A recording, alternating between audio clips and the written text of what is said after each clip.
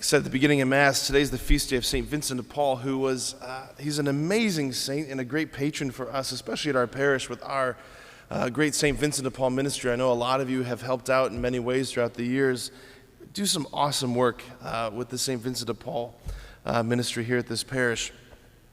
I want to direct our attention here this morning, though, as much as I wanted to preach about James and John wanting to call down fire upon these people, that's not where the Lord brought my heart. I want to direct our attention to this psalm, the responsorial psalm this morning. We have from Psalm 88. It's a psalm of lament, right? The psalms are all over the place emotionally. Every human emotion that you can conceive of, you can probably find them reflected in the psalms. It's a deep psalm of lament. Back in 2017, I've shared this before, back in 2017, myself and 10 other priests, we made a pilgrimage to the Holy Land. It was an incredible trip, and one of the stops that we made in the holy city, Jerusalem, was to Caiaphas's palace. So they know where that was. They have the remains, all of that. And one of the things that you can do, you can enter into the archaeological site, and you can go down these steps into what was the cistern that was in his palace. And according to scholars, it was in this cistern that's where Jesus was held in prison from Thursday night after he was arrested in the garden until Friday early in the morning. And it would have been filled halfway up to about his chest in muddy, cold water. And his hands would have been chained above his head to the ceiling. There's no sleep you get in that cistern. It's dark, it's cold, it's wet, obviously. It's miserable. Well, you go down into these steps, and in the remains of the cistern today, there's this stand with a placard right there. And on the placard is Psalm 88 in various languages. Psalm 88. As you go down into this pit, this place of darkness, this place of desolation, cut off from the living, so to speak.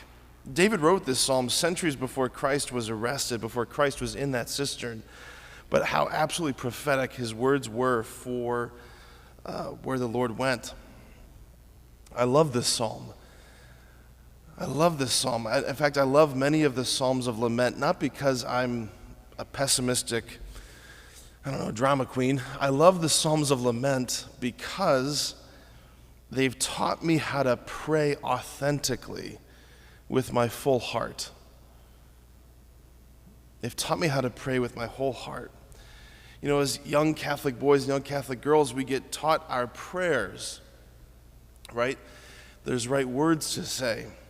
And along the way, we somehow get the message that there's a right way and a wrong way to address God. And sure, that's true in a certain sense. But if we think that means that we're supposed to airbrush everything that we say, if we're supposed to come before him with this high, posh, British, perfectly flourished prayer, everything is like the right word, the right phrasing, just all of that. If we think that's what it means to address God, that there are right words and wrong words, we've really missed it.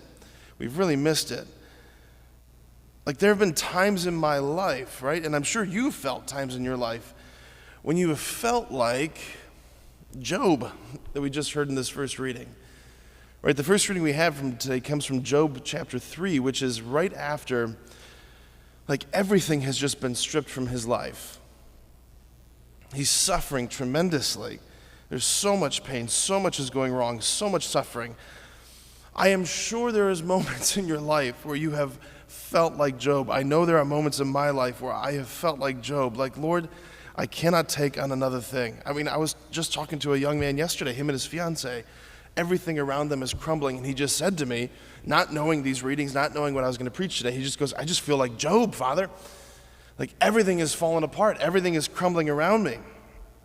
And how ridiculous when I look back on those seasons of my life, those moments where, like, I was coming to God with all of the right prayers, but none of them were my prayers. I was coming to God saying things like, dear God, yeah, you're so great and you're so wonderful, and please bless all those who are suffering more than me. Don't worry about me. I'll be fine. That's a ridiculous prayer, because that's not what was in my heart. That's not what was in my heart. It sounds right. But my heart was so much more aligned with Job, so much more of Psalm 88. Lord, I am suffering. I'm in the pit.